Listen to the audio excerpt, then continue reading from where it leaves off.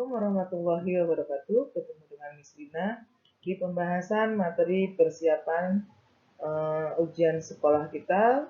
Kali ini materi kita tentang termokimia. Di materi termokimia kita akan membahas tentang lingkungan dan sistem, jenis-jenis reaksi termokimia, jenis-jenis entalpi, dan menghitung kalor, beserta beberapa latihan soal. Yuk kita lihat tentang lingkungan dan sistem. Apa yang dimaksud lingkungan dengan sistem? Nah, yang kita lihat pertama adalah sistem. Apa ini sistem? Sistem adalah segala sesuatu yang menjadi pusat perhatian atau pengamatan. Dan lingkungan? Lingkungan adalah bagian di luar sistem. Contohnya bagaimana? Contohnya jika kita punya satu gelas air yang kita tambahkan misalnya dengan gula. Yang mana yang merupakan sistem? Yang merupakan sistem adalah air ditambah gula. Yang mana yang lingkungan? Yang lingkungan adalah gelasnya, apakah ada proses pengadukannya, berapa suhunya. Nah, ini semua yang kita sebut dengan lingkungan. Oke, kita lanjutkan ke jenis-jenis reaksi termokimia. Jenis reaksi termokimia kita bagi dua, ada reaksi endoterm dan ada reaksi eksoterm. Endo artinya masuk. Artinya apa? Artinya di sini sistem menyerap panas. Menyerap atau menerima panas. Panas dari mana? Dari lingkungannya. Dari lingkungannya. Dan cirinya lagi untuk reaksi endoterm adalah entalpinya positif. Delta H-nya sama dengan positif. Nah, untuk membentuk delta H yang positif ini, berarti kita akan lihat T-nya suhu ya. Suhu akhir reaksi lebih kecil daripada suhu awal reaksi. Kebalikan dengan eksoterm. Eksoterm adalah sistem yang melepas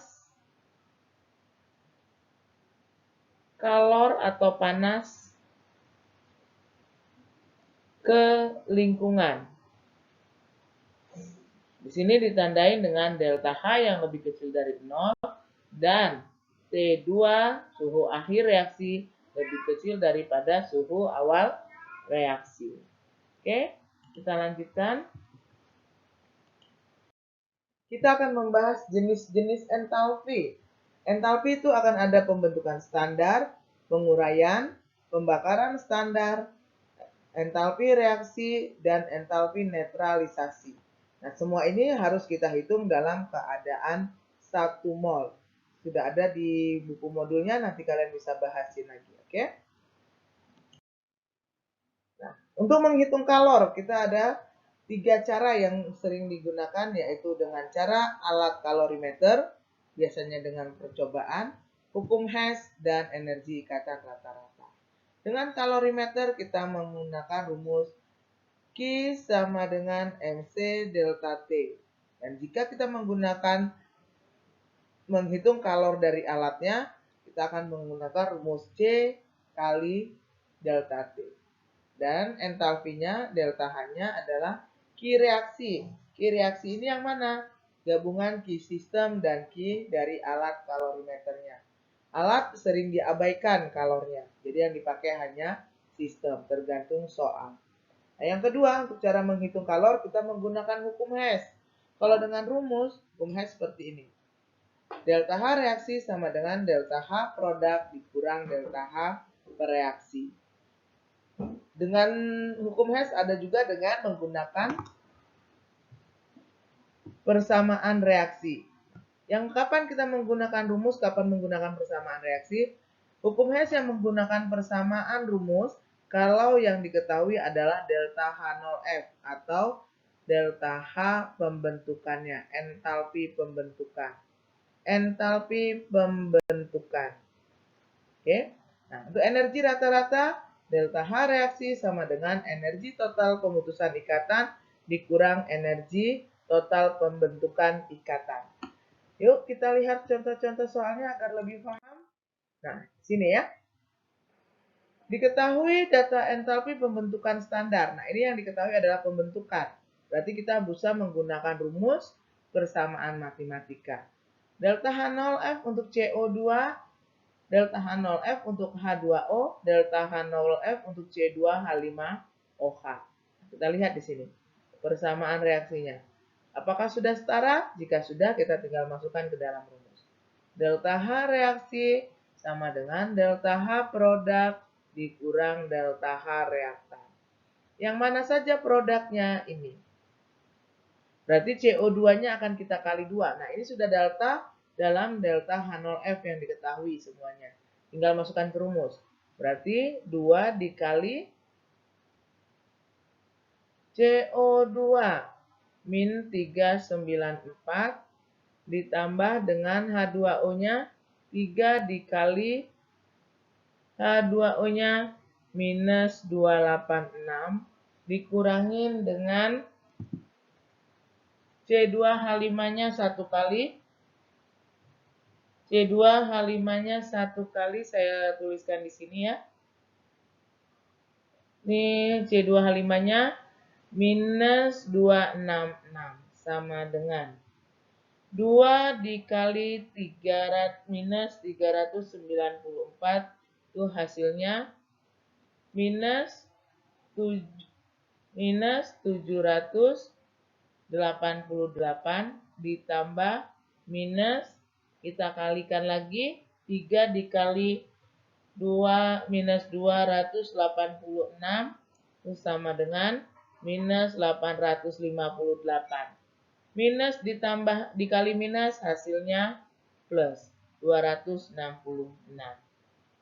Oke, kita tinggal hitung nilai akhirnya. Minus 788 ditambah minus 855 itu sama dengan 1646. Minus ya. Ditambah dengan 266 sama dengan minus 1380 minus. Berarti di sini jawabannya. Oke, kita lihat lagi yang ini. Beberapa peristiwa dalam kehidupan sehari-hari berikut: fotosintesis, es batu mencair, kapur tohor dalam air, kembang api, pembakaran kayu. Peristiwa yang tergolong endo berarti yang menyerap panas. Es batu mencair sudah pasti. Fotosintesis ya, karena memerlukan energi. Kapur tohor dalam air, ini nanti gelasnya akan menjadi panas. Gelasnya panas berarti sistem melepaskan panasnya ke lingkungan, berarti dia exotherm. Kembang api, lingkungannya akan menjadi panas, berarti juga exotherm. Pembakaran kayu, sekitarnya akan menjadi panas atau hangat, berarti ini juga exotherm. Jadi jawabannya adalah 1 dan 2. Oke, kita selanjutkan ke soal berikutnya. Oke, soal nomor 3 ya. Untuk menggunakan energi ikatan rata-rata. Yang ini kita sebut dengan putus. Yang putus. Sesudah tanda panah kita sebut dengan terikat. Di sini untuk jenis yang sama kita bisa saling tiadakan. Contohnya, H-nya ada berapa? 1, 2, 3, 4, 5, 6. Kita hapus juga di sini ada 6. 1, 2, 3, 4, 5, 6. Berarti delta H reaksinya sama dengan dari yang putus sudah tidak ada C dengan H lagi. Di sini yang ikatnya C dengan H-nya juga sudah habis. C dengan C ada 1 kali, di sini coret. Berarti dari yang putus hanya ada tinggal C rangkap 2C ditambah dengan I rangkap 2I. Dikurangin dengan C rangkap 1C ditambah C dengan I ada 2 kali. 2 kali C dengan I. Oke. Ini harusnya ada tabelnya ya. Nanti tinggal kita masukkan angkanya. Oke. Ke soal nomor 4. Soal nomor 3 kurang tabelnya. Soal nomor 4, ke dalam kalorimeter dicampurkan 200 ml KOH 1 molar dengan 200 ml. Nah, ini berarti nanti yang ditanya adalah apabila persamaan termokimia yang paling tepat. Oke, kita buat. Berarti reaksinya netralisasi.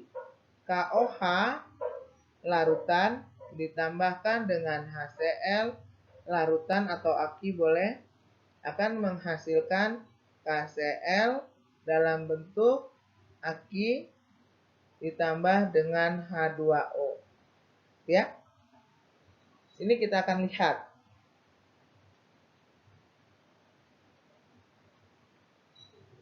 Kita cari delta H-nya dulu. Delta H-nya sama dengan, kita pakai rumus Q sama dengan MC delta T. Masukin M-nya dari total volume yang bereaksi. Karena rho-nya sama dengan rho air, berarti volume sama dengan massa. Massanya berarti 400 dikali kalor jenisnya 4,2 dikali delta T-nya 5. 400 dikali 5 dikali 4,2. Itu sama dengan 8.400 joule. Rubah ke kilojoule dibagi 1000 berarti 8,4 kilojoule. Itu Q-nya. Delta H-nya sama dengan min Q. Karena kalorimeternya diabaikan.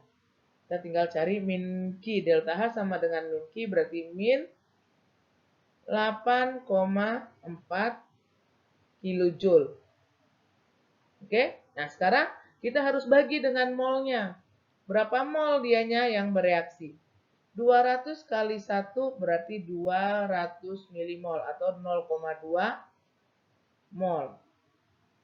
Yang ini juga 200 kali 1, 200 milimol berarti 0,2 mol. Tinggal kita bagi dengan 0,2. Berarti delta H-nya sama dengan minus 8,4 dibagi 0,2 mol, yaitu minus 42. Jadi setelah persamaan reaksi, minus 42,0 kilojoule per mol. Minus 42 berarti jawabannya yang C. Oke, insya Allah paham. Thank you for watching. Assalamualaikum warahmatullahi wabarakatuh. See you.